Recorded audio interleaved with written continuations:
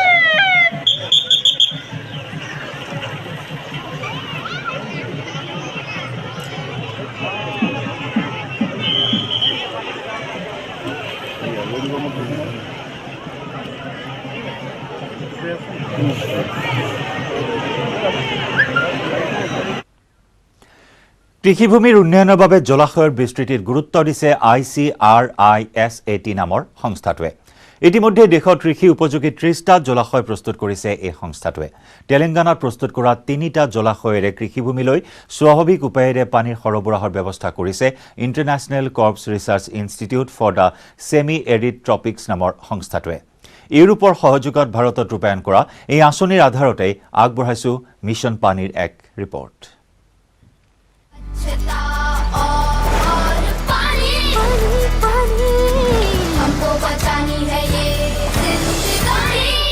Communities are using raw wastewater for centuries for agriculture, hence often they are unaware of its perils and without access to any kind of wastewater treatment technology, they feel helpless also.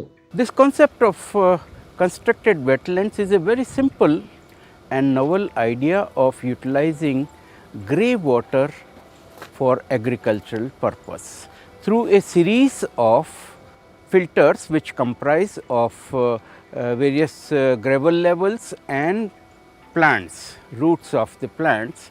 These act as filter.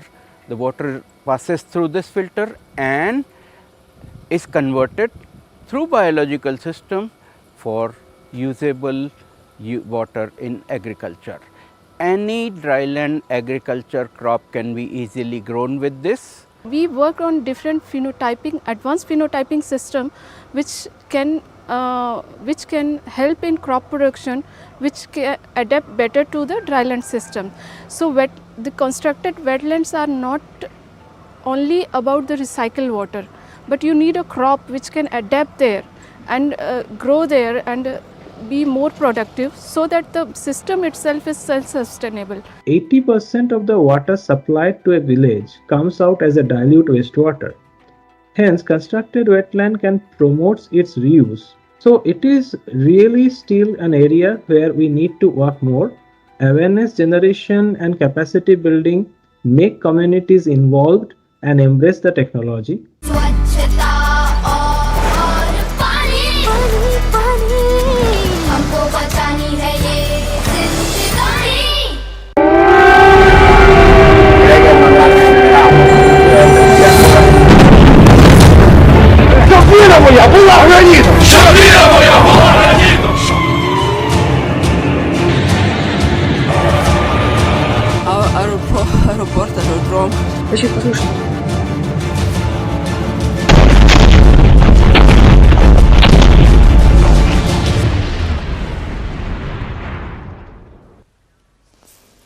হাংগেৰীৰ পিছত ৰোমানিয়াত উদ্ধাৰকাৰীৰ দল ৰোমানিয়াৰ পৰা উৰিল প্ৰথমখন ভাৰতীয় উদ্ধাৰকাৰী বিমান 219 জন ভাৰতীয়ক লৈ মুম্বাইলৈ উৰা মাৰিলে বিমানখন বিদেশ মন্ত্ৰীয়ে নিৰীক্ষণ কৰিছে উদ্ধাৰকাৰী বিমানৰ পোলেণ্ডৰ পৰা চলিব উদ্ধাৰ অভিযান আবদ্ধ হৈ থকা লোকক এই তিনি দেশলৈ অহাৰ আহ্বান দূতাবাসৰ হাংগেৰীৰ পিছত ৰোমানিয়াত উদ্ধাৰকাৰী দল ৰোমানিয়াৰ পৰা উৰিল প্ৰথমখন ভাৰতীয় উদ্ধাৰকাৰী বিমান 219 জন ভাৰতীয়ক লৈ মুম্বাইলৈ উৰা মাৰিলে বিমানখন বিদেশ মন্ত্ৰীয়ে নিৰীক্ষণ কৰিছে উদ্ধাৰকাৰী বিমানৰ পোলেণ্ডৰ পৰা চলিব উদ্ধাৰ অভিযান আবদ্ধ হৈ থকা লোকক এই তিনিখন দেশলৈ আহিবলৈ আহ্বান জনাইছে ভাৰতীয় দূতাবাসে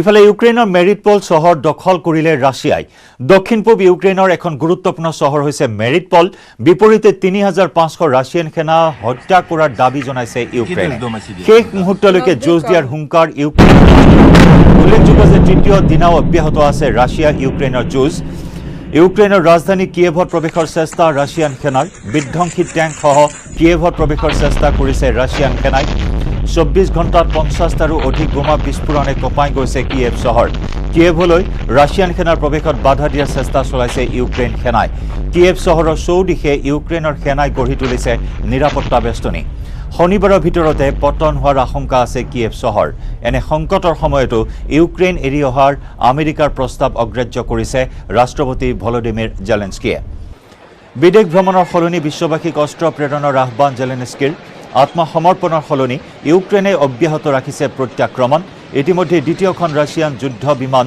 গুলিয়াই ভূপতিত কৰিছে ইউক্ৰেইনৰ সেনাই ইউক্ৰেইনৰ বিলা চাৰ্কোভা চহৰত ভূপতিত হৈছে ইলিউশ্বিন IL-76 যুদ্ধ বিমানখন স্থলপথেৰেও কিয়েভলৈ আগবাঢ়ি আহিছে ৰাছিয়ান সেনা ৰাজধানী কিয়েভৰ চৌদিশে প্ৰতিৰোধ গঢ়াৰ চেষ্টা ইউক্ৰেইনৰ সেনাৰ ইউক্ৰেইনৰ প্ৰতিৰোধ উফৰাবলৈ তীব্ৰ হেঁচা প্ৰয়োগ কৰিছে ৰাছিয়াই ইতিমধ্যে ঘৰ এৰি বাংকাৰত সোমাইছে লক্ষাধিক ইউক্ৰেইনৰ নাগৰিক ৰাতিপুৱাৰ পূৰ্বেই কিয়েভ চহৰ ৰাছিয়াই দখল কৰাৰ আশংকা ৰাষ্ট্ৰপতি জেলেনস্কিৰ ইউক্ৰেইন আক্ৰমণৰ পুতক তুলিবলৈ ৰাছিয়াৰ বিৰুদ্ধে নিষেধাজ্ঞা আৰোপৰ ঘোষণা কৰিছে মাৰ্কিন প্ৰশাসনে যুদ্ধৰ বাবে ৰাষ্ট্ৰপতি পুটিনৰ লগতে ৰাছিয়াৰ বৈদেশিক মন্ত্ৰীক জগৰীয়া কৰিছে আমেৰিকাই বেংক ব্যৱস্থা অচল কৰি ৰাছিয়াৰ অৰ্থনীতি টছনছ কৰাৰ পৰিকল্পনা কৰিছে আমেৰিকাই বিশ্বৰ বিভিন্ন বেংকত জমা থকা পুটিন আৰু ৰাছিয়াৰ বিদেশ মন্ত্ৰীৰ সম্পত্তি জব্দ কৰাৰ পৰিকল্পনা কৰিছে আমেৰিকাই যুদ্ধৰ তৃতীয়টো দিনত ৰাষ্ট্ৰসংঘৰ নিৰাপত্তা পৰিষদে আয়োজন কৰিলে জৰুৰী বৈঠক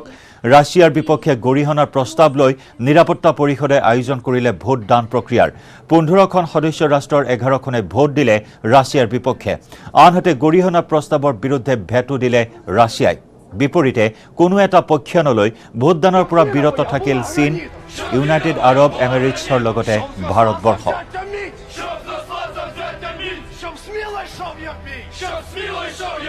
Так, як ішли герої за тебе, свята! Так, як ішли герої за тебе, свята! За твою славу! За твою славу! За твої святі ідеї! За твої святі ідеї! Щоб помстити ганьбу неволі! Щоб помстити ганьбу неволі! Потоптану честь! Всім доброго ранку, українці. Зараз в мережі дуже багато з'явилось фейкової інформації, що, немов я закликаю складати зброю нашу армію і йде евакуація. Значить так, я тут, ніяку зброю ми не складемо, будемо захищати нашу державу, тому що наша зброя – це наша правда. Наша правда в тому, що це наша земля, наша країна, наші діти, і ми все це будемо захищати. Ось і все. Ось це і є те, що я хотів вам сказати. Слава Україні! ইউক্ৰেইনত আবদ্ধ দেৰগাঁৱৰ ছাত্ৰ নীলিম কলিতা ছাত্ৰজনক উদ্ধাৰৰ আহ্বান পৰিয়ালৰ অসম আৰু ভাৰত চৰকাৰক আহ্বান জনাইছে পৰিয়ালটোৱে দেৰগাঁৱৰ সিঙৰাজা নিবাসী বিনয় কলিতাৰ পুত্ৰ নীলিমক লৈ চিন্তিত পৰিয়াল ইউক্ৰেইনত অধ্যয়নৰ বাবে গৈছিল দেৰগাঁৱৰ ছাত্ৰজন ৰাছিয়া আৰু ইউক্ৰেইনৰ মাজত অব্যাহত আছে যুদ্ধ ইউক্ৰেইনত অধ্যয়নৰ বাবে যোৱা বহু ছাত্ৰ ছাত্ৰী এতিয়াও আবদ্ধ হৈ থকাত উদ্বিগ্ন হৈ উঠিছে পৰিয়ালসমূহ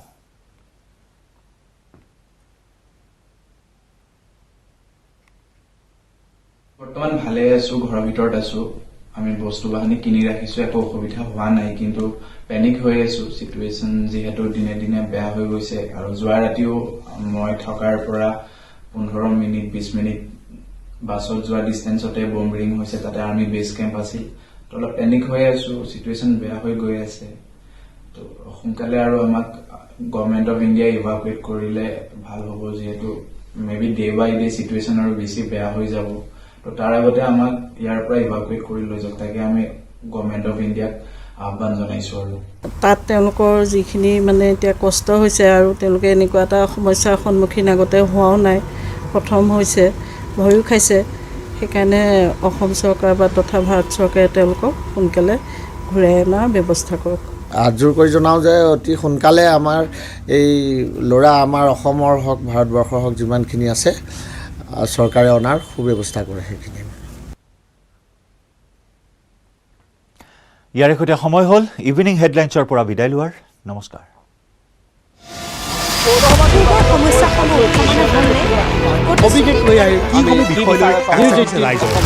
কাৰ হাতলৈ যাব স্থানীয় প্ৰশাসনৰ দায়িত্ব?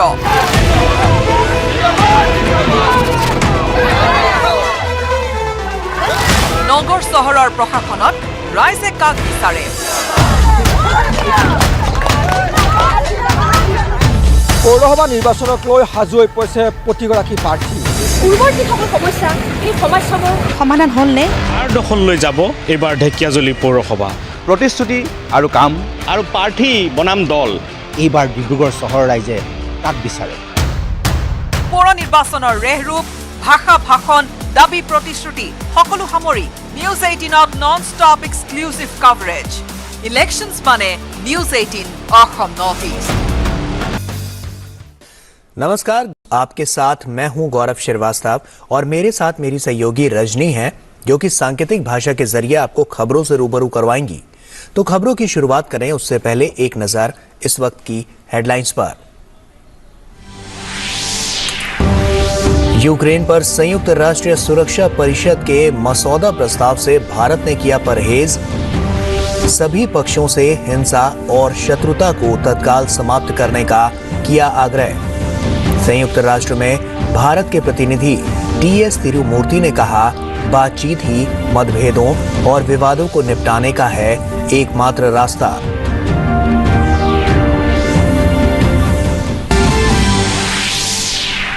रूस के खिलाफ यूक्रेन के सख्त और तेज कार्रवाई के अनुरोध के बीच यूरोपीय संघ ने लगाए रूसी राष्ट्रपति पुतिन पर प्रतिबंध। अमेरिका और कनाडा ने भी पुतिन और रूसी विदेश मंत्री लावरोव पर लगाए वित्तीय प्रतिबंध।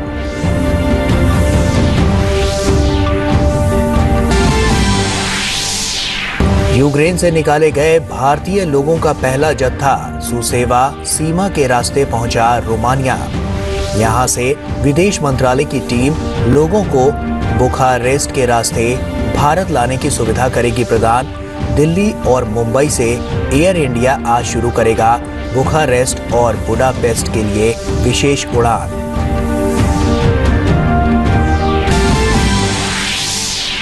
प्रधानमंत्री आज सुबह 10 बजे स्वास्थ्य मंत्रालय के एक वेबिनार का करेंगे उद्घाटन। केंद्रीय बजट के बाद आयोजित किए जा रहे वेबिनार में आयुष्मान भारत, डिजिटल मिशन, ई संजीवनी और टेली मानसिक स्वास्थ्य कार्यक्रम पर होंगे सत्र। यूपी चुनाव के छठे चरण के लिए प्रचार तेज। भाजपा अध्यक्ष जेपी नड्डा प्रदेश के कुशीनगर, संत कबीर नगर और गोरखपुर में करेंगे जनसभाएं, तो कांग्रेस महासचिव प्रियंका वाड्रा महाराजगंज में लोगों से करेंगी चुनावी चर्चा।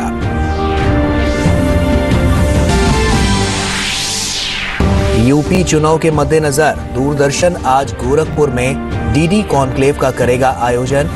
केंद्रीय मंत्रियों के साथ साथ अलग अलग राजनीतिक दलों के प्रतिनिधि लेंगे हिस्सा। राजनीतिक चर्चा के लिए प्रदेश के गणमान्य बुद्धिजीवी भी होंगे कॉन्क्लेव का हिस्सा।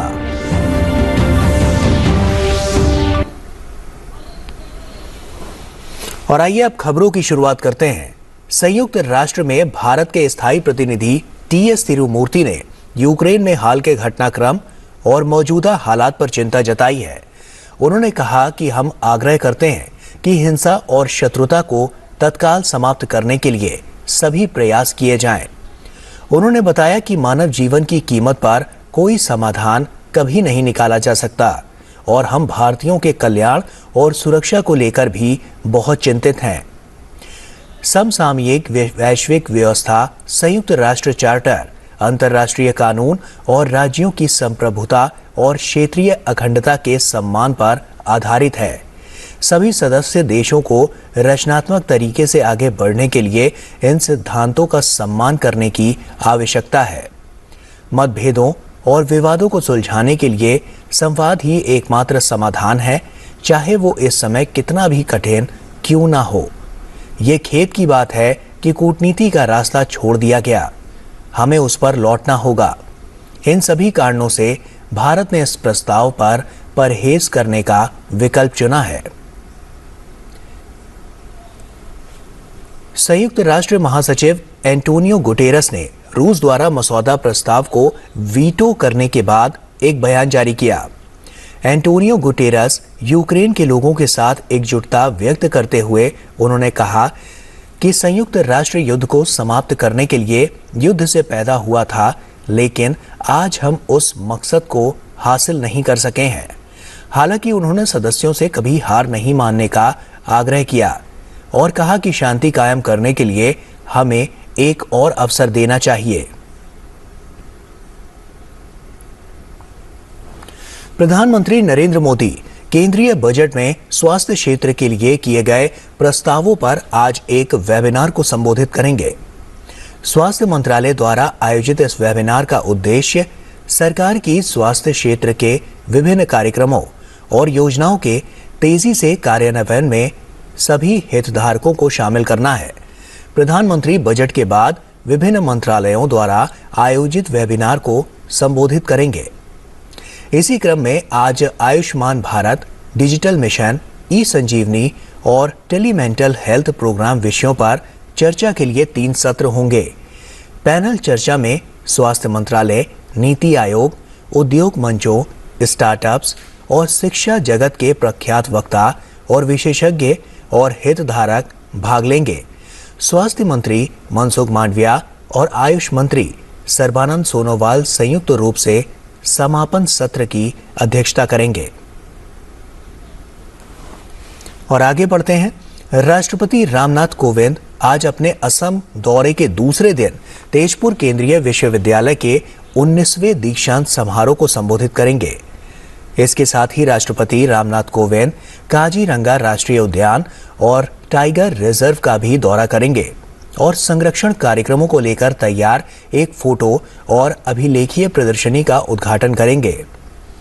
शुक्रवार को राष्ट्रपति रामनाथ कोविंद ने गुवाहाटी में महान सैन्य नायक लसित बोरफुकन की 400वीं जयंती पर वर्ष भर चलने वाले समारोह का शुभारंभ किया था। और यूपी चुनाव के छठे चरण के लिए प्रचार तेज हो गया है। राजनीतिक दलों का कारवां अब छठे चरण के तहत आने वाले क्षेत्रों की तरफ मुड़ गया है।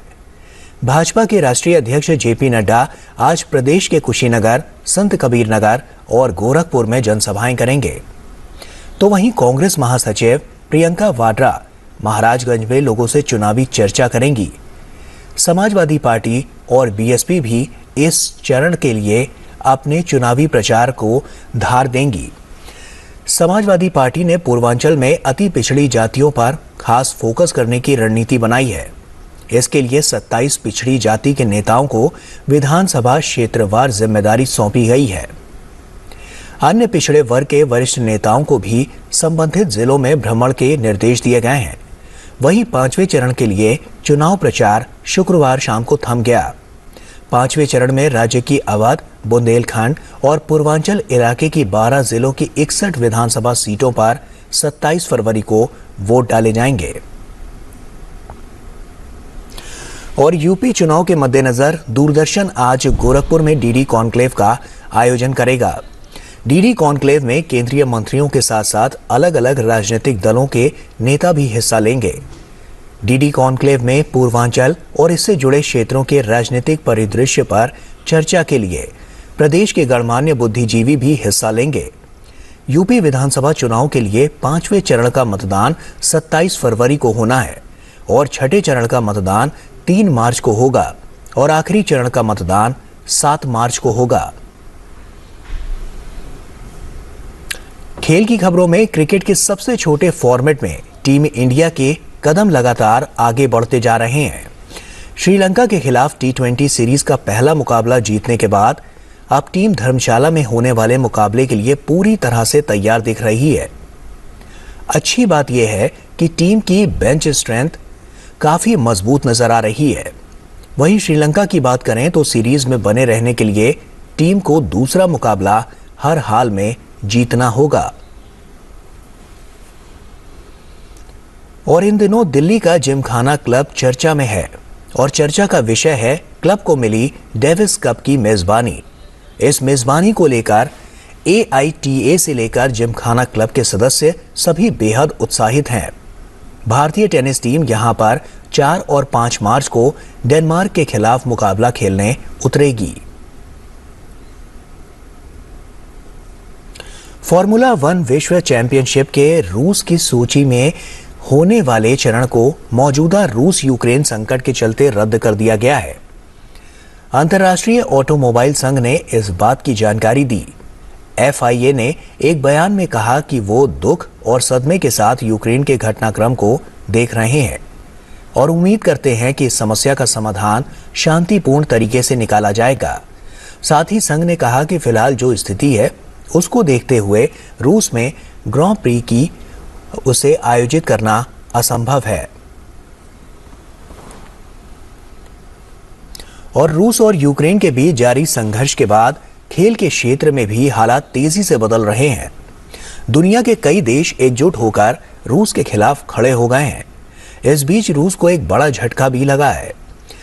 रूस से सेंट पीटर्सबर्ग में आयोजित होने वाले UEFA चैंपियंस लीग के फाइनल की मेजबानी छिन गई है। अब चैंपियंस लीग का फाइनल मुकाबला फ्रांस की राजधानी पेरिस में होगा। यह फाइनल इसी साल 28 मई को रूस के सेंट पीटर्सबर्ग मैदान में होना था। अब यह मैच तय समय पर पेरिस में होगा। यह फाइनल 2006 के बाद पहली बार पेरिस में होने जा रहा है।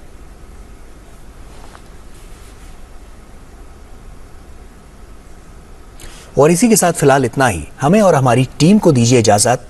नमस्कार।